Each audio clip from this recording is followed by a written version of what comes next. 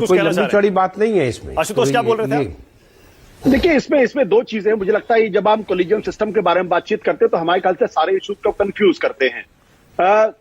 Prime minister को पूरा अधिकार अपने कैबिनेट को चुनने का, क्या उसमें जुडिशियरी इंटरफियर करती है? क्या संसद को पूरा अधिकार है कि वो स्पीकर किसको चुने किसको न चुने? क्या उसमें कोई जुडिशियरी किसमें इंटरफियर करती है? क्या तो अगर जुडिशियरी अपने जजेस की नियुक्ति करती है उसमें गलत क्या है? या तो फिर ये तय हो जाए कि जुडिशियरी जो है वो एग्जीक्यूटिव को नियुक्त करेगी, एग्जीक्यूटिव जो है जुडिशियरी को नियुक्त करेगी, संसद जो है वो दोनों को नियुक्त करेगी।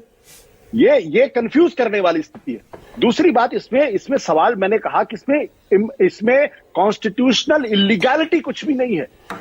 सीधी सी बात यह है कि अगर सुप्रीम कोर्ट में सुनवाई है तो फिर क्या इसका इंतजार नहीं किया जा सकता है? क्या वो भी 2-3 दिन की बात है, कोई 3 महीने 4 महीने की बात नहीं। अच्छा आशुतोष, मैं अगर वो हो जाए, मैं आपसे डायरेक्टली पूछता हूं, मैं आपसे सीधा सवाल पूछता हूं।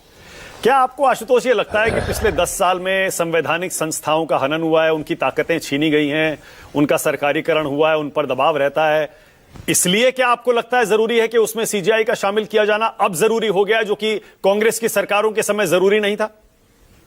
नहीं, मैंने कहा कि कॉन्स्टिट्यूशन एक लिविंग ऑर्गेनिज्म की तरीके से होता है, वो जैसे जैसे समाज बदलता जाता है इसीलिए उसमें अमेंडमेंट की बात की गई। अन्यथा अमेंडमेंट की बात नहीं की जाती, फिर वो सेक्रेट डॉक्यूमेंट हो जाता है, फिर आप उसको टच नहीं कर, वो एक आसमानी किताब हो जाए। तो आसमानी किताब नहीं है।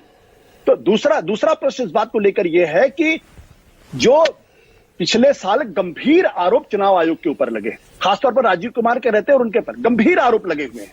आप किसी भी विपक्ष के नेता से आज की तारीख में बातचीत कर लीजिए। अभी पिछले दिनों सीएसडीएस का सर्वे आया जिसने कहा कि 50% से ज्यादा लोग आज चुनाव आयोग की जो निष्पक्षता है उस पर सवाल खड़े कर रहे हैं। प्रश्न यहां पे ना तो राजीव कुमार का है, ना प्रश्न किसी मुख्य चुनाव आयुक्त का है।